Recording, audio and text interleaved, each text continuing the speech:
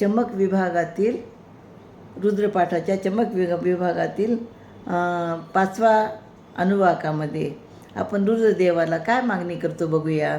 हे रुद्रदेवा, तुमच्या कृपेने मला दगड, माती, डोंगर, पर्वत, वाळू, वनस्पती, सोने, पोलाद, शिशे, कथील, लोखंड, अग्नी, उदक, वेली, औषधी, शेती करून पिकवलेले धान्य, आपोआप उत्पन्न होणारे धान्य, पाळीव प्राणी, वन्य पशु, मिळवलेले ऐश्वर्य, पुढे मिळवायचे ऐश्वर्य आणि ऐश्वर्ययुक्त संतती, स्वतःचे ऐश्वर्य, स्थावर जंगम धन, निवासस्थान, कर्तव्याची अनुकूलता व सामर्थ्य, हेतुसिद्धी, भावी सुख, इष्टप्राप्तीचा उपाय आणि इतर गोष्टी मला प्राप्त हो, मला द्यावे अशी रुद्रदेवाला आपण विनंती करतो.